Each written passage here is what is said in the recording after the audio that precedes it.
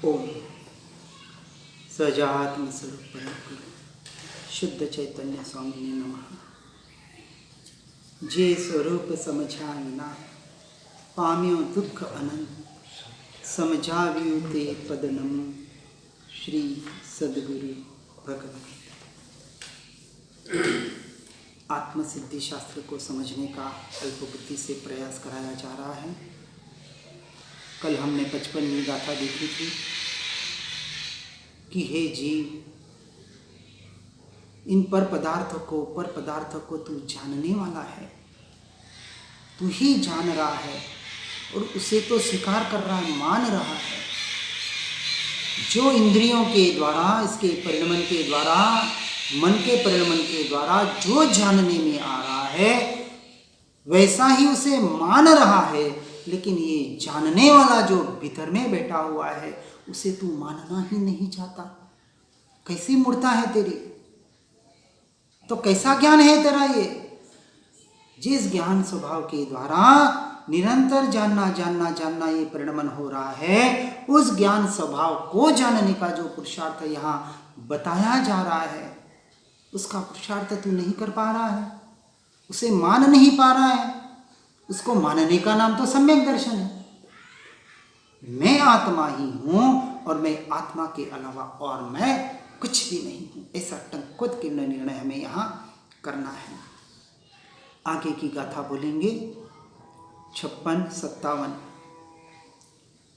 परम बुद्धि कृष्ण देहमा स्थूल देह मति अल्प देह होय जो आत्मा घटे न आत्म विकल्प जड़ चेतन नो भिन्न छे केवल प्रगट स्वभाव एक पणु पामे नहीं त्रणे काल द्वय भाव।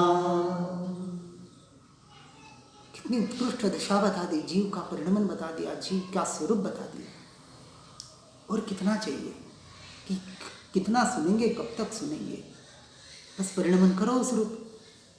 यहाँ 56वीं गाथा में कहते हैं, दुर्बल देह में परम बुद्धि देखने में आती है और स्थूल देह में थोड़ी बुद्धि भी देखने में आती है। अब पुद्गल के परिणमन का बताया कि बुद्धि का चलना, सूक्ष्म ज्ञान का होना, बढ़ना, कम ज्यादा होना देह आधारित नहीं है।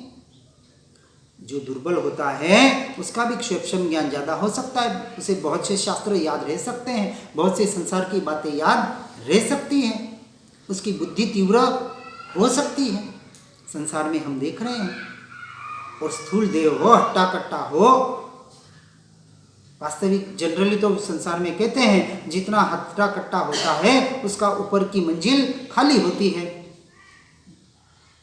व्यवहार से हमने भी सुना है, क्योंकि सारा उपयोग वहां शरीर को पुष्ट करने में लगा रहा। इस मन बुद्धि का उपयोग कैसे मसल बनाऊं, कैसे जिम में जाऊं, अच्छा खाऊं पीऊं, अच्छे शरीर को बढ़िया रखूं। परसों एक वीडियो देखा था YouTube पे, ऐसे देखने चाहिए कभी कभी, उससे भी बोध लेने को मिलता है। एक हट्टा कट्टा आदमी, ये जो बताते हैं ना, ये रेसलिंग चलते नहीं, क्या क्या नहीं चलते हैं, इतने उसके शरीर को देखेंगे और कुछ बीमारी आई और उसका जिम छूट गया, वो शरीर देखे तो हष्टपुष्ट और बिस्तर में पड़ा है, हिल नहीं पा रहा है, कोई उसको उठा नहीं पा रहा है। इसलिए भारी शरीर को उठाना बेचारे आगे वाले को 4 आदमी चाहिए। अब वो बाहर में क्या करे? अब देखा हुआ वीडियो में देखते हैं तो कुछ ना कुछ आता है सामने, अच्छी भी चीजें आती है, खराब भी आती है। सब थोड़ी यूट्यूब में अच्छा आता है, कोई बिल्कुल नहीं आता है। अब आपकी वहां परीक्षा होती है, आप क्या देख रहे हैं और उसमें क्या देख रहे हैं, ये परीक्षा है सारी। क्योंकि मिसयूज करने वाले 99% लोग हैं, उसको आज सारा मिसयूज ही हो रहा है, जिसको साइंस प्रोग्रेस कहती है। इसलिए कहा ना अधोगति की ओर जा रहा है संसार।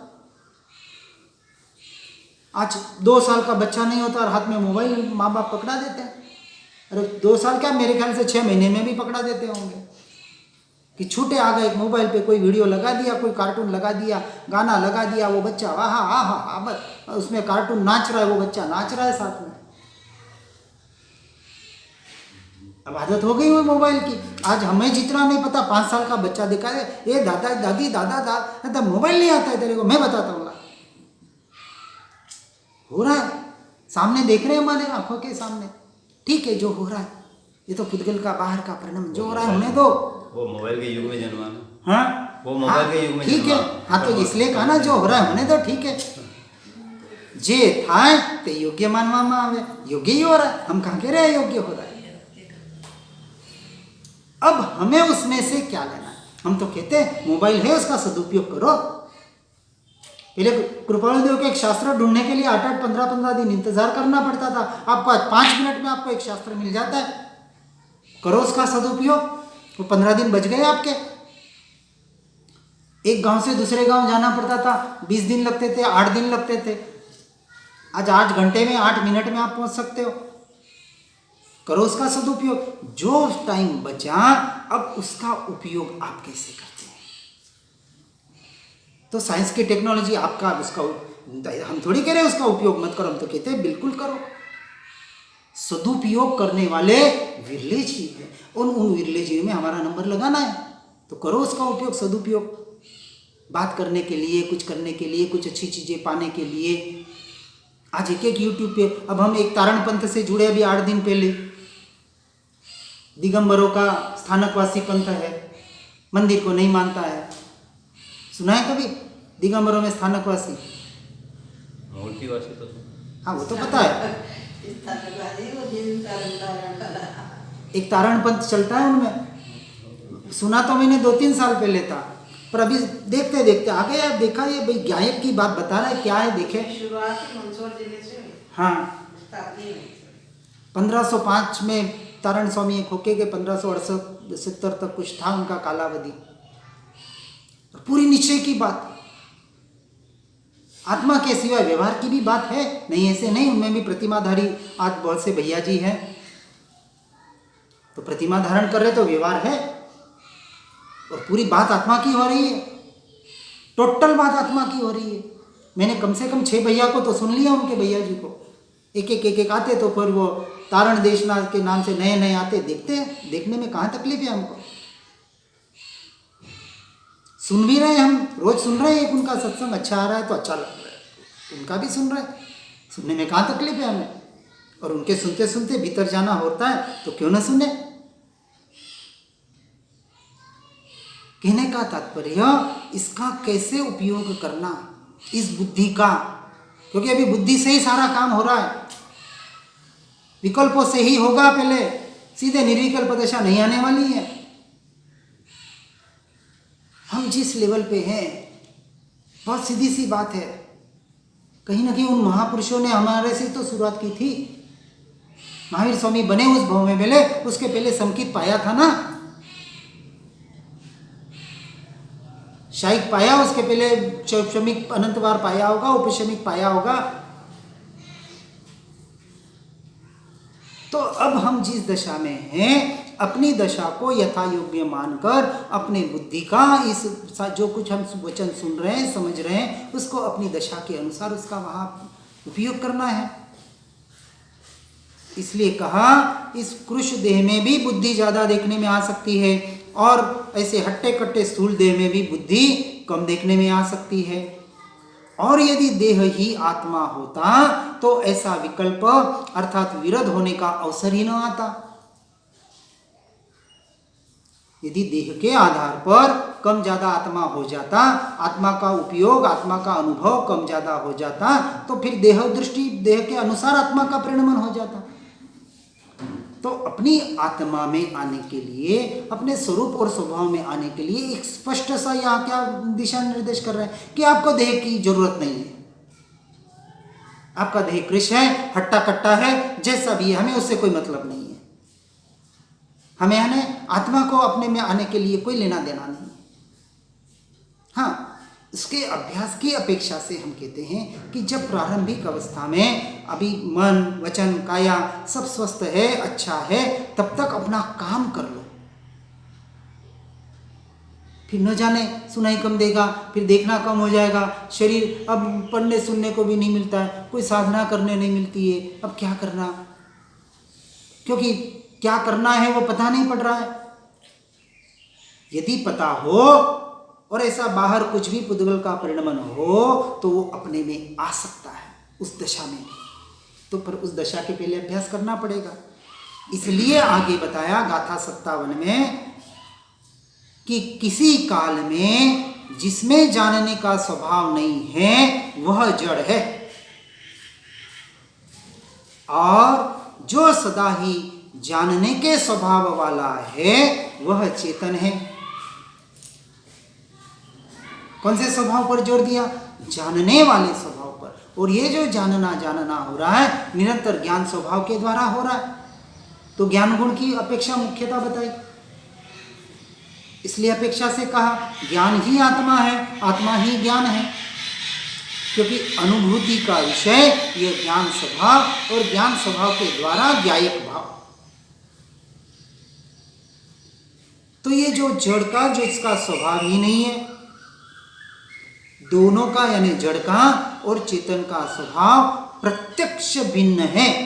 हमने तो अनुभव में कर लिया है, ऐसा ही तू अनुभव कर, ऐसा ही मान। और हम कह रहे हैं इसलिए नहीं, अभ्यास के द्वारा स्वीकार कर, अपने प्रयोगों के द्वारा, तब वो तेरा टंकोत्कीर्ण निर्णय होगा। हम कह रहे हैं इस पे विश्वास कर ले। हम तो स्पष्ट कहते हैं आप किसी की भी डायरेक्ट श्रद्धान नहीं करना है। श्रद्धान स्वयं से स्वयं में ही होता है, अनुभूति के आधार पर। उसके पहले का श्रद्धान सम्यक दर्शन नहीं है। विश्वास कहा, पहले विश्वास करना ही पड़ेगा कि नहीं, सदैव सद्गुरु सत्शास्त्र जो कह रहे हैं वह सत्य ही है, सत्य ही है। पर जब तक यहां मेरे प्रकट नहीं होगा अपने अनुभूति के आधार पर, तब तक मैं कैसे स्वीकार करूं? अब किसी ने कहा शक्कर मीठी है, पूरे जीवन में किसी ने मिठास नहीं चखी होगी, उसको कहेंगे भाई शक्कर मीठी है। अब वो कहेगा मिठास, मीठा होता क्या है, मिठास होती क्या है बता तो सही। अब उसको शक्कर बता दी, ये शक्कर मीठी, पर मीठी क्या है, ये तो सफेद है, घन पदार्थ है, चौकोर है, ऐसी है वैसी है, मिठास क्या होती है? अरे भाई चखनी पड़ेगी, चखेगी तो पता पड़ेगा मिठास क्या है। तो ज्ञानी पुरुषों ने बता दिया, जानना तेरा स्वभाव है, ज्ञान तेरा गुण है, अनंत गुणों का तू स्वामी है, अब तुझे चखना पड़ेगा। अनुभव के बगैर तू कैसे श्रद्धान कर सकता है? बिना अनुभव का श्रद्धान व्यवहार श्रद्धान है। और स्वसंवेदन प्रत्यक्ष अपनी आत्मा की जो अनुभूति अपना निर्णय करता है, मैं ही हूं और कुछ नहीं, यही बात बता रहे हैं। जिसका सदा जानने का स्वभाव है तो जानने वाले बन जाओ, तो आप चेतन रूप हो गए। ज्ञान दर्शन जो आत्मा के जो मेरे दो मुख्य गुण हैं, जिससे निरंतर ये देखना जानना हो रहा है, तो अपनी क्रिया करो, अपनी आत्मा की क्रिया करो। जड़ पुद्गल के परिणमन में, इन इंद्रियों के विषयों के परिणमन में आपको आत्मा के उपयोग की जरूरत नहीं है। उनका परिणमन उनसे अपने स्वतंत्रता से कर्म के उदय से हो रहा है, होने दो। जो हो रहा है 5 इंद्रियों के 23 विषयों का परिणमन और ये मन के विकल्प जो जो बाहर बह रहे हैं, उसके सिर्फ प्रारंभिक अवस्था में एक बार ज्ञाता दृष्टा तो रहो कि इन विषयों का परिणमन, ये पुद्गल का परिणमन जड़ का परिणमन है, कर्मों के उदय से। कर्म मेरा स्वरूप नहीं, जड़ का परिणमन मेरा स्वरूप नहीं, मैं आत्मा उसको देखने जानने वाला मात्र हूं। आ जाओ साक्षी भाव में। अब ये प्रयोग करना पड़ेगा आने के लिए। अब शास्त्र में बता दिया, अब प्रयोग तो खुद से करना पड़ेगा। कोई और भी बता देगा प्रयोग, चाहे जो प्रयोग बता दे, पर करना तो हमें पड़ेगा ना। कोई आपको किसी विधि बता दे, ऐसा ऐसा करना, ऐसा ऐसा करना, ऐसा ऐसा करना, बस सुन लिया काम हो गया। जैसा बताया वैसा ज़्यादा से ज़्यादा प्रयास करेंगे तो हम भी उस मार्ग तक, उस वस्तु तक पहुंच सकते हैं, क्यों नहीं पहुंच सकते। ऐसा दोनों का सर्वथा भिन्न स्वभाव है, इसलिए उसको लक्षण कहा। लक्षण उसे कहते हैं कि जो एक द्रव्य में हो और दूसरे द्रव्य में अंश मात्र भी न हो। जानना जानना जानना, ये ज्ञान स्वभाव, ये मेरा लक्षण है, जड़ में हो ही नहीं सकता।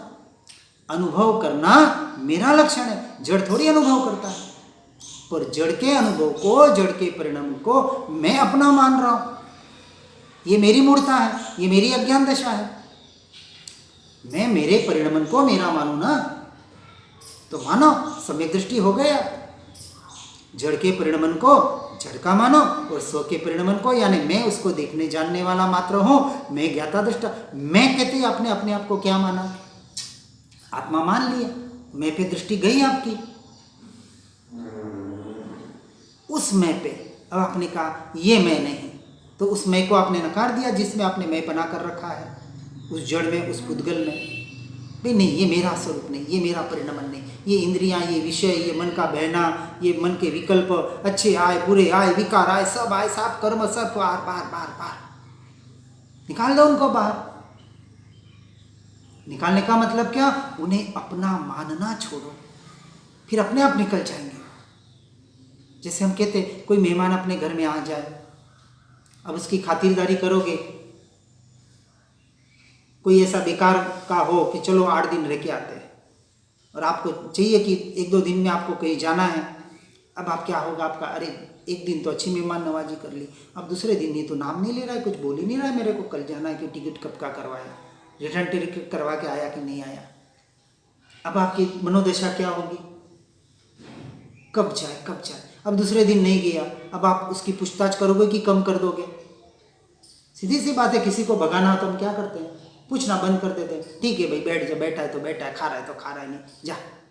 अब तीसरा दिन हो गया, ये तो जाने का नाम नहीं ले रहा है। भैया मुझे जाना है वहाँ, फिर या तो उसको बोलोगे आप, कुछ तो प्रयोजन करना पड़ेगा। अब वो बोझा बन गया मेहमान आपके ऊपर। हम इन कषायों का ऐसा ही पोषण कर रहे हैं, और कषायों के द्वारा इन पर द्रव्यों का ही पोषण कर रहे हैं, मेहमान नवाजी कर रहे हैं, खातिरदारी कर रहे हैं उनकी। वो क्यों जाएगा? उस मन की खातिरदारी कर रहे हैं। अरे बाबा अरे बाबा अरे बाबा बैठ जाओ, अरे शांत हो जाओ, कोई बात नहीं, अभी अभी अभी करता हूँ। हे शरीर दुख रहा है, अरे अरे बैठ बैठ, अभी डॉक्टर के चलते, अभी करते इलाज तेरा। पर के पीछे पड़े हुए हैं। और ये आत्मभ्रांति रोग, रोज बोलते हैं आत्मभ्रांति सम रोग नहीं। अब इस रोग को मिटाने का कितना उपाय किया? विचार करना अपने पर। बोल रहे हैं, उतार कितना रहे? यदि नहीं उतार रहे हैं तो बोलना कहां से हुआ? आपने समझा नहीं उसको, सिर्फ बोल रहे हैं। तो वचन यहां अमृत स्वरूप बनाने हैं उन वचनों को, ये यहां बताया जा रहा है। इसलिए दोनों का जैसा स्वभाव भिन्न है उसी तरह से स्वीकार करो। पुद्गल का स्वभाव पुद्गल में, मेरा स्वभाव मेरे से मेरे में, तो अपने स्वभाव में आ जाओ, तो विभाव से अपने आप हट जाओगे, पर द्रव्यों से प्रभाव से अपने आप हट जाओगे। अभ्यास करना पड़ेगा, प्रैक्टिकली, थेराटिकली नहीं। बात कर लिया थेराटिकली, जिनका नहीं है वो करें साथ साथ में थेराटिकली, हम मना थोड़ी कर रहे हैं, पर साथ साथ में प्रयोग करो। अपने में रहने का बिना किसी के आधार, अपनी पर्याय को, अपना पर्याय आधार है, काफी है, उसको साधन बना लो, उस उपयोग को साधन बना लो। भाव मन चाहिए, मन अपने पास है, मिला है पुद्गल में। किस लिए मिला ये शरीर? मनुष्य देह का मतलब क्या? मन वचन काया, ऐसा सर्वोत्कृष्ट देह जिसके लिए देवताएं तड़पते हैं मोक्ष में पाने के लिए, मुक्ति के लिए। ऐसा मनुष्य जैसा मनुष्य देह मिल गया, और क्या चाहिए? साधन मिल गया। अब इस साधन से अपने भाव मन के द्वारा उस पर्याय को साधन बनाकर अपने लक्ष्य तक पहुंचने का पुरुषार्थ करो अपने भीतर। इसलिए दोनों का जो सर्वथा भिन्न स्वभाव है और वह किसी भी प्रकार से एकत्व पाने योग्य नहीं है, हो ही नहीं सकता। एक द्रव्य दूसरे का कार्य कर ले, दूसरा द्रव्य पहले का कर ले, तीनों काल असंभव। ये बात यहां कह दी। फिर भी हम पर से अपना काम करवाना चाहते, पर द्रव्य से। वो मन वचन काया, वो कर्म, कर्म के उदय विचारे क्या करें? हमारे पुरुषार्थ की कमजोरी है। इसलिए बार बार पुरुषार्थ पे जोर देने की बात कही जाती है। इसलिए ये परद्रव्य किसी भी प्रकार से एकत्व पाने योग्य नहीं है। दोनों द्रव्य एक दूसरे रूप हो ही नहीं सकते, अंश मात्र भी अनंतवें भाग तक एक दूसरे के नहीं हो सकते। लेकिन हमने उन दोनों को मिक्सचर कर दिया। मान रहे, कभी कह रहे मुझे भूख लगी, कभी कह रहे मुझे मोक्ष जाना। ये मुझे दो कौन है मुझे पता ही नहीं। तो इसका अभ्यास करें। अब यहां स्पष्ट बात बता दी कि ऐसी प्रकार को समझकर जड़ के परिणमन को जब तक जड़ का स्वीकार नहीं करोगे, वस्तु सहावो धम्मो, वस्तु के स्वभाव को स्वीकार करना ही धर्म है। और स्वीकार का मतलब क्या? जड़ सिर्फ मन और बुद्धि के लेवल पर नहीं, प्रयोगों के द्वारा, अनुभूति के द्वारा निरंतर वो प्रतीति में आए। जब ऐसे परिणमन हो, हम संसार में होते हैं, कोई भी विपरीत अनुकूलता हो चाहे प्रतिकूलता हो, उस वक्त हमारा उपयोग पर में रहता है या स्व की ओर जाता है। जरूरी नहीं उसी वक्त जाए। चलो किसी के आधे घंटे बाद गया, किसी को 1 घंटे बाद गया, किसी को 2 घंटे बाद गया, पर उपयोग स्व में तो जाए, पर को पर माने तो सही। वहां दिन में अरे ज्यादा नहीं, हम कहते 5 बार तो अभ्यास कर लो, ऐसा वहां जागृति तो रहे कि ये मेरी क्रिया नहीं हो रही है, ये किसी जड़ की, पुद्गल की, ये बाहर की इंद्रियों की क्रियाएं हो रही है, मैं आत्मा इनसे भिन्न हूं, मैं इसका ज्ञाता दृष्टा मात्र हूं। इतना एक विचार तो आवे।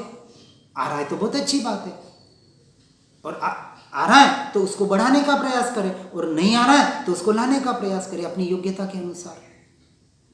तीनों काल में जड़ जड़ भाव में और चेतन चेतन भाव में ही रहता है। तीनों काल में जहां भी मैं गया था और जहां भी जाऊंगा और जहां भी हूं, मैं मुझ में हूं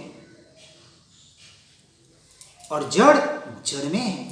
ठीक है, संयोग संबंध, निमित्त नैमित्तिक संबंध बना है, उसका निषेध नहीं कर रहे, और वो संबंध बनने का कारण मेरी ही ये विपरीत दशा, मेरी अज्ञानता, मेरा ही मिथ्यात्व, तो उसका दोषी भी मैं ही हूं, कोई बाहर दोषी नहीं है। कोई आपको गाली दे रहा है, कोई आपका बुरा कर रहा है, आपका हित कर रहा है, अहित कर रहा है, आपका मान दे रहा है, आपको अपमान कर रहा है, सब आपके कर्म के उदय, कोई वास्तविक कर ही नहीं रहा। तो हमें विचार यही करना कि मेरे साथ जो जो घटित हो रहा है, मेरे ही कर्म के परिणमन। अब ये व्यवहार का कथन बाहर से हटने के लिए, निश्चय में मान्यता में है कि कर्म मेरा स्वरूप नहीं है, वो मान्यता में प्रतीति में है, लेकिन एक बार इस दशा तक तो आवे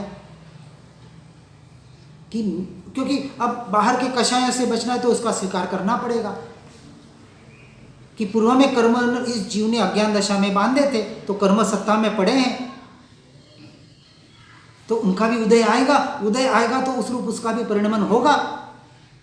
वो द्रव्य भले स्वतंत्र है उसके परिणमन में, तो हो रहा है। अभी मेरा एक क्षेत्राओं का संबंध है, वो अनुभव हो रहा है उसका, मुझे अज्ञान दशा है, अभी वहां से छूटना है मुझे। तो जो भी इस जीव के साथ घटित हो रहा है, यानी इस जड़ के साथ भी घटित हो रहा है, सारा बाहर का परिणमन, पुद्गल का परिणमन, उसे जैसा तैसा स्वीकार करके अब वहां से दृष्टि हटाकर अब उस दृष्टि को अपने भीतर लाने का पुरुषार्थ, ये पुरुषार्थ हुआ सच्चा। एक नास्ति से एक आस्ति से, दोनों तरह से करना पड़ेगा, क्योंकि दोनों के स्वरूप को समझा तो एक का निषेध किया, ये जड़ मेरा स्वरूप नहीं, ये जड़ का परिणमन मेरा परिणमन नहीं, जड़ की क्रिया मेरी क्रिया नहीं। मन वचन काया जड़ पुद्गल उसमें सब आ गया, मेरी क्रिया नहीं, मेरी क्रिया तो एक ही, ज्ञाता दृष्टा भाव मात्र में जानने वाला जानना। अब किसको जानने वाला, वो वापस आगे का विषय हो गया। परद्रव्य को जानने वाला कि स्वद्रव्य को जानने वाला। अब वहां से छूटना है वापस। पहले परद्रव्य से छूटो, फिर पर्यायों से छूटो, फिर अपने द्रव्य में आ जाओ। इस तरह से तीनों काल में जड़ जड़ भाव में और चेतन चेतन भाव में ही रहता है। ऐसा दोनों का द्वैत भाव स्पष्ट वहां अनुभव में आता है। द्वैत, दो को दो मान लिया, करना नहीं है। जड़ को जड़ मान लिया, सो को सो मान लिया। अब जड़ से हट गया और सो में आ गया, बस सो में आके उसमें स्थिर होना है। ये सम्यक चारित्र। तो मिथ्या अद्वैत यानी जो मिथ्यात्व था, जो दो को एक मान रखा था, उसको भेद ज्ञान और भेद विज्ञान के द्वारा उसको द्वैत किया। जैसा था वैसा स्वीकार किया। जड़ को जड़ माना, जीव को जीव माना। अब जड़ से दृष्टि हटा दी। अब आगे का अभ्यास रहा, पुरुषार्थ रहा।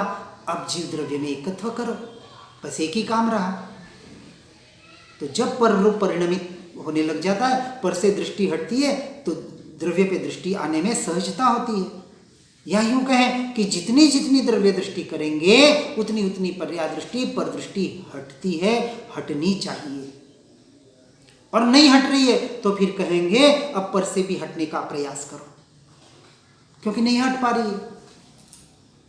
और हट रही तो बहुत अच्छी बात है। अब सो में रहने का पुरुषार्थ करो, काम तो यही करना है। लक्ष्य एक आत्मार्थ नो, बीजो नहीं मन रोग। मन को रोग लग जाए, कौन सा, अपनी आत्मा में आने का। बाहर जाने का रोग अनादि से लगा हुआ है, मिथ्यात्व रूपी रोग। इस तरह से निरंतर बाहर से हटके अपने भीतर आने का पुरुषार्थ करना, यही एकमात्र जीव के लक्षण को समझने का यहाँ प्रयास कराया जा रहा है। आगे गाथा में और एक एक बात को स्पष्ट लेने का प्रयास करेंगे। एक गाथा रह गई है, इसको आगे कल अपने बढ़ाने का प्रयास करेंगे। जिनाज्ञा विरुद्ध कुछ भी कहने में आया हो तो मिच्छामि दुक्कडम। सुखदाम अनंत सुसंत चहि दीन राख रहे तन ज्ञानमय पर शांति अनंत सुधामय जे प्रणमो पदते वरते जयते। ओ प्रण